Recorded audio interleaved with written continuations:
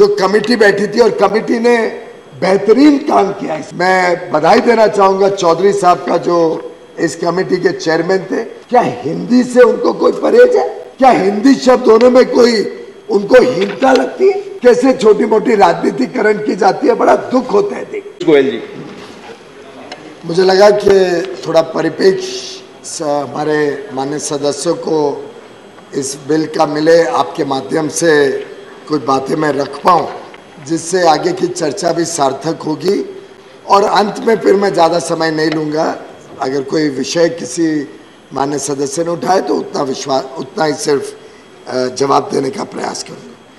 माननीय अध्यक्ष जी, माननीय प्रधानमंत्री जी, जब से 2014 में प्रधान सेवक के रूप में केंद्र में सत्ता संभाली है, तब से ही एक बात पे बहुत जोर देते हैं कि इस देश ने वर्षों वर्षों तक, दशकों तक बहुत पीड़ा उठाई है। देशवासियों ने, देश के छोटे बड़े उद्योग या व्यापार जगत के लोगों ने, चाहे वो ठेले वाला हो, सामान्य हॉकर से पूरी पाव भाजी बेचता हो सड़क पर, चाहे वो छोटा दुकानदार हो, कोई छोटी लेथ मशीन चला रहा है, छोटी सी उद्योग चला रहा है, और साथ ही साथ सामान्य नागरिक ने, आपको सबको याद होगा ऐसी छोटी छोटी घटनाओं के ऊपर जिसमें गलती से भी कोई व्यक्ति कोई कानून का उल्लंघन कर दे तो उसके ऊपर कितना तकलीफें आती थी। कोर्ट में जाओ, कोर्ट में पेश हो,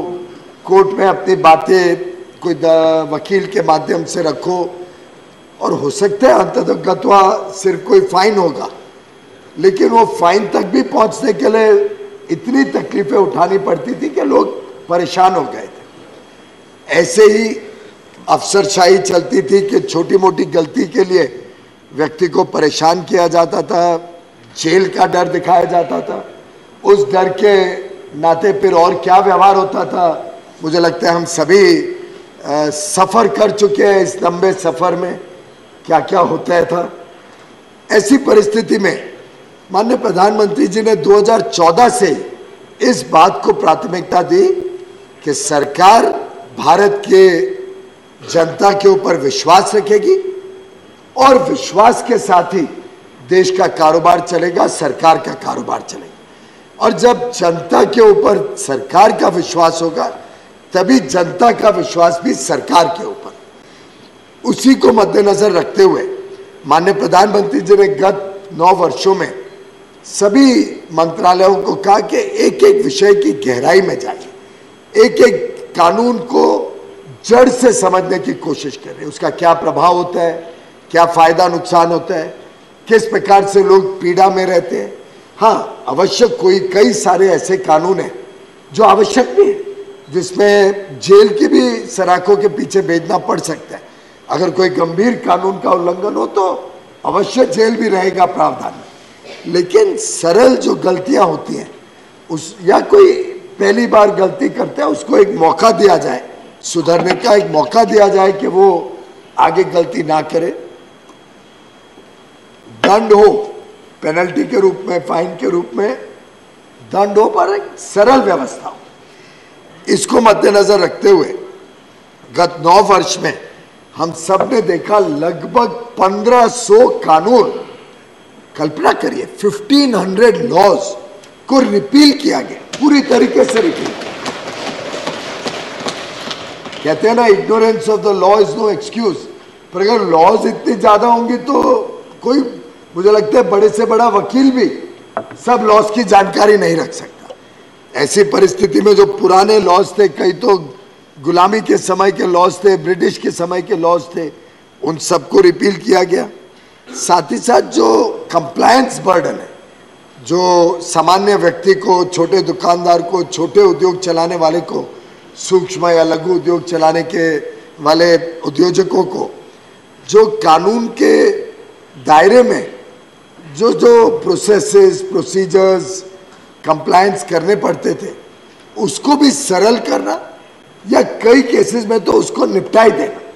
इस काम का अगर हम देखें तो लगभग 40,000 कंप्लायंस बर्डन्स को या सरलीकरण किया गया या पूरी तरीके से निरस्त कर दिया गया 40,000 के। इसी कड़ी में एक तीसरी कड़ी जोड़ी माननीय प्रधानमंत्री जी ने कि जो ऐसे कानून है, ऐसे प्रावधान है जिसमें छोटी मोटी गलतियों को एक पेनल्टी फाइन लगा के या एक सरल प्रक्रिया से छोड़ सकते हैं या 1 या 2 या 3 मौके दे सकते हैं सुधार के, तो उस पर भी हम विचार करें। और सदन को आपके माध्यम से बताना चाहूँगा अध्यक्ष जी, लगभग 3,600 ऐसे प्रावधानों को डिक्रिमिनलाइज किया गया। उसके ऊपर जेल की जो एक तलवार लटकी रहती थी उसको हटाया गया। ऐसे 3,600 के लगभग प्रावधानों को डिक्रिमिनलाइज करने का काम भी मोदी जी की सरकार ने किया है। एक प्रकार से इन सब कामों से एक विश्वास जनता के बीच में उठा है कि सरकार भी हमारी है, ये सरकार हमारे ऊपर विश्वास करती है। वास्तव में ये जनप्रतिनिधि, हमारे चुने हुए जनप्रतिनिधि हमारी सेवा करने के लिए सत्ता में आए, हमारी चिंता करने के लिए सत्ता का काम करते हैं। और ये एक लगभग लगातार ये प्रोसेस चलते जा रहे हैं और इसमें हम सिर्फ अपने आप सरकार के दफ्तर में बैठ के नहीं बनाते, इसकी चर्चा होती है, व्यापक लोगों के साथ, स्टेक होल्डर्स के साथ कंसल्टेशंस होती हैं, कंसल्टेशंस राज्यों के साथ होती हैं, अलग अलग जो विषय के संबंधित लोग होते हैं, चाहे अधिकारी हो, चाहे व्यापारी हो, चाहे जनता हो, उनसे फीडबैक लेके एक सही माने में लोकतंत्र की भावना जो है उसको सामने रखते हुए ये कानूनों को डिक्रिमिनलाइज करने का प्रोसेस किया गया। और वास्तव में प्रधानमंत्री जी की दूरदर्शिता भी इससे दर्शाती है। जो उनका एक विकसित भारत बनाने का उद्देश्य है वो भी इसमें झलकता है, क्योंकि आखिर अगर हमें एक विकसित देश बनाना है तो जैसा अभी बताया गया, सबका साथ भी चाहिए, सबका विश्वास भी चाहिए, सबका प्रयास भी चाहिए और उसके लिए सबका विश्वास भी चाहिए। और ये चारों तभी हो पाएंगे जब ये दो तरफा ताली दो हाथों से बजे। और इसी में एक पंच फ्रंट के माध्यम से 15 अगस्त को माननीय प्रधानमंत्री जी ने जो आह्वान दिया कि देश के 140 करोड़ देशवासी कर्तव्य भावना से अपने अपने कर्तव्य का निर्वहन करें।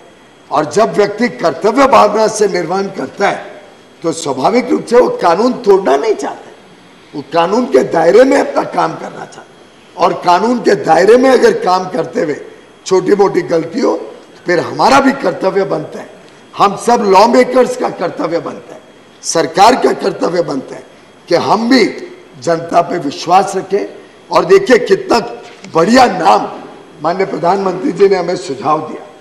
आप कल्पना करिए, आज तक कभी कानून बनते रहे, कानून में अमेंडमेंट्स होते रहे, पर वो एक बड़ा एक साधारण सा नाम सालों साल तक चलते रहता था, टिपिकल नेम कि भाई कोई विषय का ई कॉमर्स का है तो ई कॉमर्स लॉ, ऐसे अलग अलग कानून चलते रहे। प्रधानमंत्री जी ने कहा नहीं, कानून के नाम में दर्शाना चाहिए कि हम किस भावना से, किस विश्वास के साथ जनता के समक्ष गए।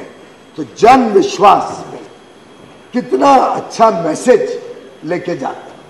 ये अलग दुर्भाग्य की बात है कि जब मैं देख रहा था माननीय अध्यक्ष जी, जो कमेटी बैठी थी और कमेटी ने बेहतरीन काम किया इस बिल के ऊपर। कमेटी को हमने दिसंबर 22 को ये बिल दिया और कहा कि अगली सेशन के पहले हफ्ते में रिपोर्ट करें। मैं बधाई देना चाहूँगा चौधरी साहब का, जो इस कमेटी के चेयरमैन थे, और सभी माननीय सदस्यों का, इस कमेटी के सिलेक्ट कमेटी के साथ, जो ज्वाइंट कमेटी के साथ जुड़े हुए सभी माननीय सदस्यों ने जितनी गहराई के साथ इस बिल को देखा, इतने बढ़िया, इतने बेहतरीन सुझाव हमें दिए। लगभग हमने सभी सुझाव एक्सेप्ट किए हैं, लेकिन उसमें भी कैसे छोटी मोटी राजनीतिकरण की जाती है, बड़ा दुख होता है देख। एक माननीय सदस्य जो बहुत प्रमुख विपक्षी दल से आते हैं, उन्होंने पहला ऑब्जेक्शन डिसेंट ये रेज किया Long title of the bill contains two Hindi words, Jan Vishwas, which is not as per constitutional mandate. देश में मैं 140 करोड़ लोगों से पूछना चाहूंगा आपके माध्यम से अध्यक्ष जी, क्या हिंदी से उनको कोई परहेज है? क्या हिंदी शब्द होने में कोई उनको हीनता लगती है? क्या हिंदी शब्द है तो उससे कोई देश के कानून में कोई कमी हो गई? क्या अंग्रेजी में कानून बने बस वही कानून उनको पसंद है? ये इसका जवाब कभी ना कभी देश के 140 करोड़ लोग पूछेंगे। और कानून का तो अनुवाद हर एक भाषा में होता ही है, अंग्रेजी में भी होगा, तमिल में भी होगा, तेलुगु में भी होगा, सभी कानून सभी भाषाओं में उपलब्ध रहते ही हैं। लेकिन ऑब्जेक्शन भी किया तो हिंदी शब्द के प्रयोग पे, कि हिंदी शब्द अगर जन विश्वास बिल में प्रयोग हुआ है उसके ऊपर ऑब्जेक्शन रेज करना, मैं समझता हूं ये एक प्रकार से एक बहुत ही गुलामी की मानसिकता की सोच का दर्शन विपक्ष के माननीय सदस्य ने दिया। बाकी कुछ छोटे मोटे उन्होंने डिसेंट में 3 माननीय सदस्यों ने दिए हैं, 3 अलग अलग पार्टी के सदस्य थे, लेकिन उनके जब मैं ये डिसेंट के विषय देखता हूं तो ध्यान में आता है कि वो तो आज भी चाहते हैं कि भाई आप जनता पे विश्वास मत करो। तीनों party, all India Trinamool Congress, Indian national Congress और डीएमके, 3 डिसेंट नोट्स हैं।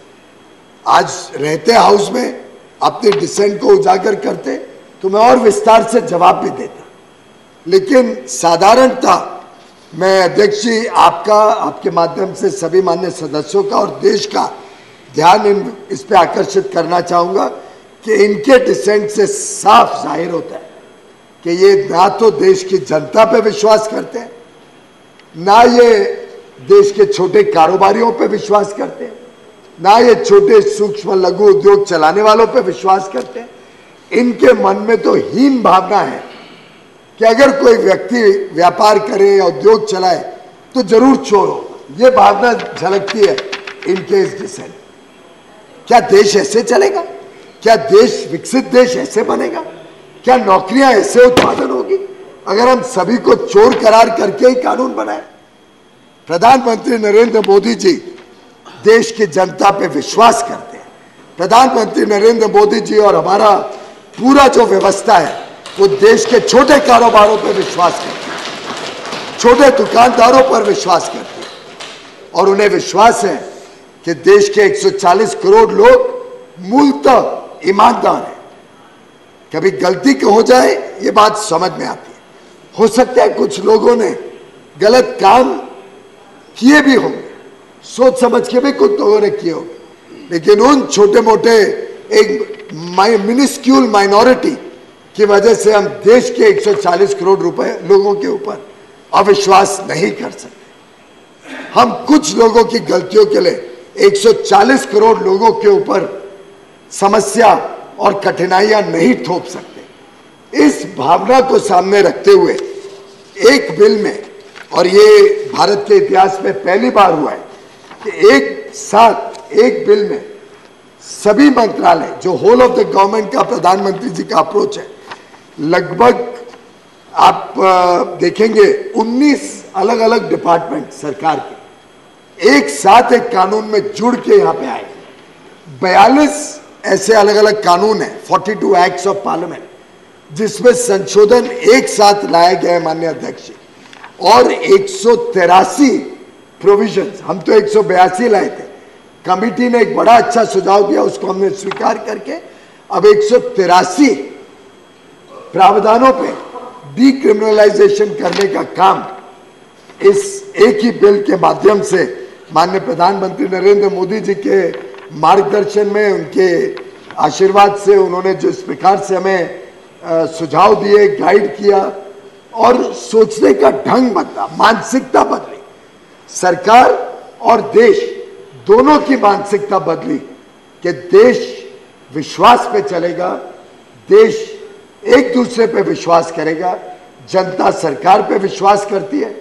जनता ने जो ऐतिहासिक विश्वास लगातार 2014, 2019 और अब तो जो स्थितियां दिख रही है, जो उनकी एक प्रकार से विफलताएं और कमजोरी नजर आती है विपक्ष की, उससे तो लगता है कि उन्होंने मन बना लिया है कि फिर एक बार, तीसरी बार देश की जनता प्रधानमंत्री जी को पूर्ण बहुमत के साथ जो चुन के लाने वाली है, तो उन्होंने तो मन बना लिया है कि अब तो हमें शायद हाउस के बाहर ही बैठना है और वे चर्चा से भी भागते रहते हैं। तो ऐसी परिस्थिति में 183 अलग अलग प्रावधानों को सरलीकरण, डिक्रिमिनलाइज और जो ये जेल का फंदा सामान्य आदमी के ऊपर पूरे समय लगा रहता था, उसको निकालने का काम एक बिल के माध्यम से किया जा रहा है। कई सारे इसमें प्रावधान है, उसका मैं डिटेल में जिक्र नहीं करूंगा, माननीय सदस्यों को सुनूंगा, लेकिन छोटी छोटी चीजें, एक कोई ट्रैफिक का वायलेशन होता था, ट्रैफिक का छोटा वायलेशन, उसके लिए भी आप कोर्ट जाओ, पहले ड्राइविंग लाइसेंस वहां दो, फिर कोर्ट जाओ, कोर्ट में कभी तारीख लग जाए तो धक्के खाओ, वकील रखो, अपना ड्राइविंग लाइसेंस वापस ले लेंगे। और कोर्ट भी क्या करता था, एक फाइन लगाता था। उसके बदले अगर वहीं पे हम कंपाउंडेबल ऑफेंस कर दें और वहीं पे वो पेनल्टी लग जाए तो कितना सरल हो जाता है। इसी प्रकार से कोई गाय को लेके, कैटल को लेके पैस्चर मतलब उसको गौचार चारा खिलाने लेके जाता है, उसके ऊपर भी 6 महीने की सजा थी। सोचिए, छोटे किसान को 6 महीने की सजा, सिर्फ अपने गाय थोड़ी सी इधर उधर चली गई तो 6 महीने की सजा। अब ठीक है, गलती हो गई, गलती तो गाय ने की, अब उस गाय की गलती के लिए क्या आप 6 महीने हमारे किसान भाई बहन को अंदर डालोगे? उसको भी हमने कहा कि भाई इससे अच्छा 500 रुपए की पेनल्टी लग जाए। क्यों उसको कोर्ट में जाना पड़े किसान को? क्यों कोर्ट के धक्के खाने पड़े, वकीलों की फीस पे करनी पड़े? अब कोई वकील माननीय सदस्य हो तो मुझे क्षमा करना, मैं आपके काम को थोड़ा कम कर रहा हूं, लेकिन एक नागरिक के नाते, एक कानून बनाने वाले माननीय सदस्य के नाते आप भी मानोगे,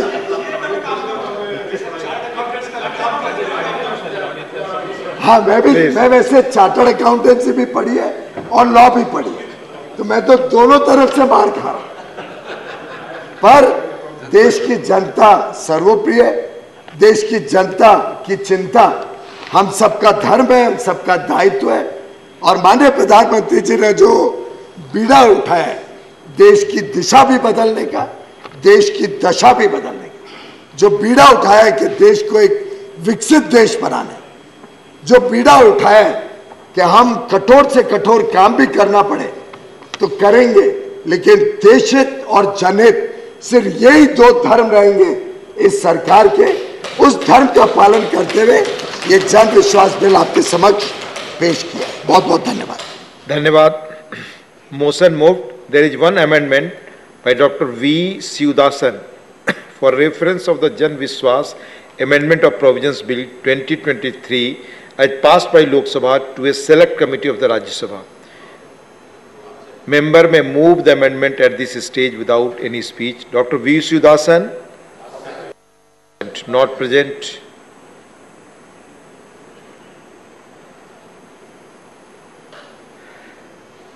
Honorable members, the motion. VK News, राष्ट्र के नाम।